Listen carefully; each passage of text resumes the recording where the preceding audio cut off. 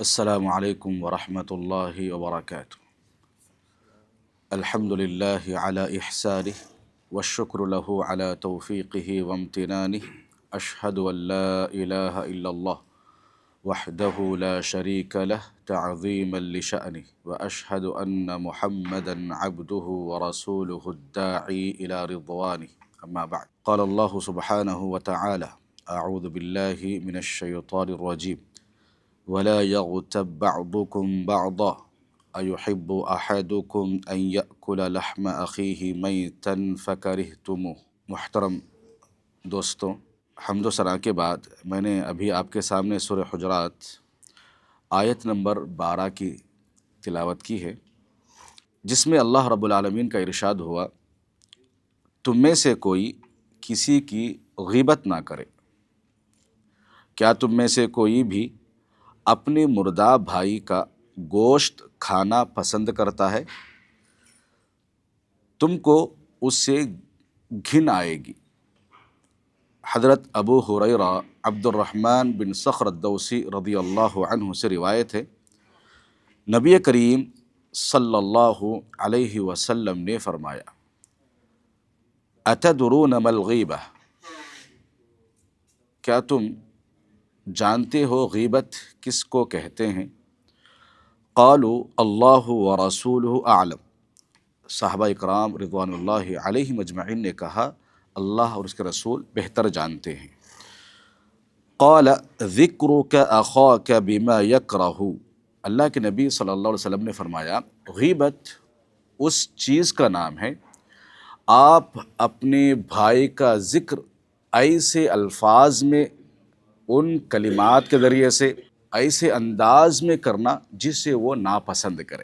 قیل افرأیت ان کان فی اخی ما اقول، اللہ کے نبی صلی اللہ علیہ وسلم سے کہا گیا، جو چیز میں ذکر کر رہا ہوں وہ میرے بھائی کے اندر موجود ہے، جن الفاظ کے ذریعے سے، جن کلمات کے ذریعے سے میں ذکر کر رہا ہوں میرے بھائی کا، وہ چیز میرے بھائی میں موجود ہے۔ قال ان کان فیہ ما تقول فقد اغتبتہ، اگر تیرے بھائی کے اندر وہ چیز موجود ہے جس کا تم ذکر کر رہے ہو، وہی غیبت ہے۔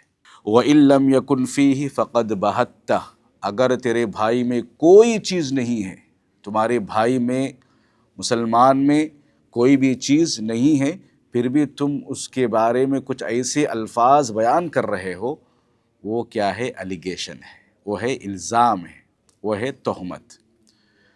اور اسی طریقے سے انس بن مالک رضی اللہ عنہ سے روایت ہے، نبی کریم صلی اللہ علیہ وسلم نے فرمایا، لما عرج بی، مجھے معراج کے سفر پر جب لے جایا گیا، معراج کرائی گئی، مررت بقوم لہم اظفار من نحاس، میرا گزر ایک ایسی قوم سے ہوا معراج کے سفر میں، لہم اظفار من نحاس، کہ ان کے ناخن جو ہے تانبے کے ہیں، ان کے ناخن تانبے کے ہیں، یخمشون وجوہہم وصدورہم، وہ جو ناخن ہے تانبے کے، ان ناخن سے اپنے چہرے اور اپنے سینے کو نوچ رہے ہیں، اپنے سینے کو اور اپنے چہرے کو نوچ رہے ہیں۔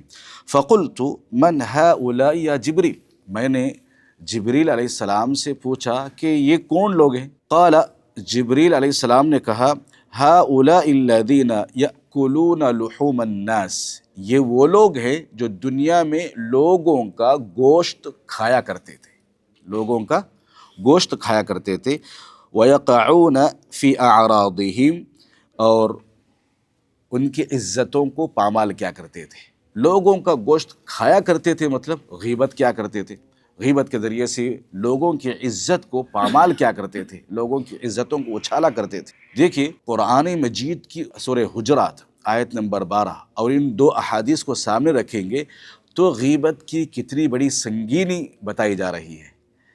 اس سے بتایا جاتا ہے کہ غیبت جو ہے ایک گناہ کبیرہ بھی ہم کہہ سکتے ہیں۔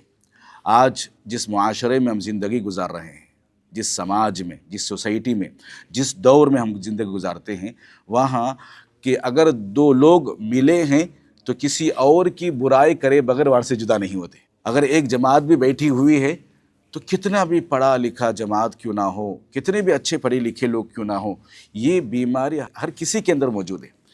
کوئی نہ کوئی آدمی کا تبصرہ کیے بغیر، کسی نہ کسی شخص کو بیچ میں لائے بغیر، کسی اور آدمی کے بارے میں کچھ بولے بغیر ہم وہاں سے نہیں گزرتے ہیں۔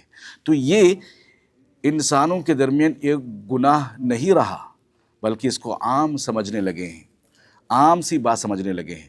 دیکھیے، غیبت جس قوم میں ہو، جن لوگوں میں ہو، جس گھر میں ہو، وہاں کا ماحول برباد ہو جاتا ہے، سکون امن وہاں سے نکل جاتا ہے۔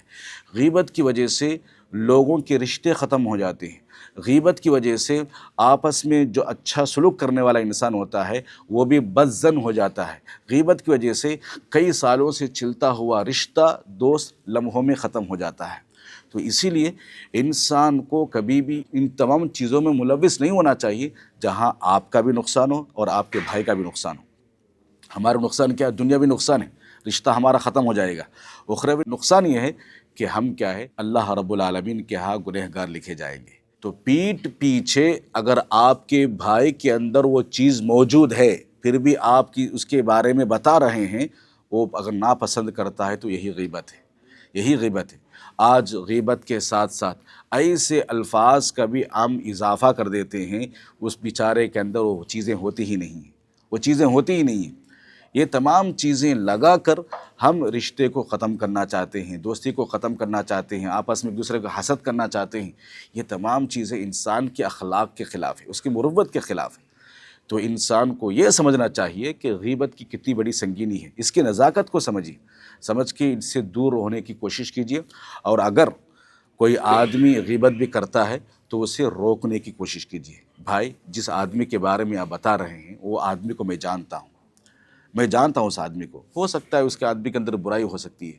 انسان کے اندر پیدائشی فطری خلقت میں کوئی چیز ہو یا اس کو آپ مذاق بنائے ہوئے ہوں تو یہ اللہ کے نبی صلی اللہ علیہ وسلم نے اس چیز کو سختی سے منع کیا ہے، سختی سے منع کیا ہے۔ اور یہاں تک کہ علماء کرام نے لکھا ہے کہ غیبت کرنا گناہ کبیرہ ہے۔ تو اس جرم کو سمجھ کر مجھے اور آپ کو اس سے بچنے کی کوشش کرنا چاہیے۔ ان تمام گناہوں سے، جیسے غیبت ہے، حسد ہے، جاسوسی ہے، بدظن ہے، بدگمانی ہے، یہ سب کیا ہے، معاشرے کے اندر پائے جانے والی بیماریاں ہیں اور گناہ ہیں جس کو انسان عام سمجھتا ہے، معمولی سمجھتا ہے۔ تو ان تمام چیزوں سے بچ کر اپنی زندگی گزارنے کی کوشش کریں۔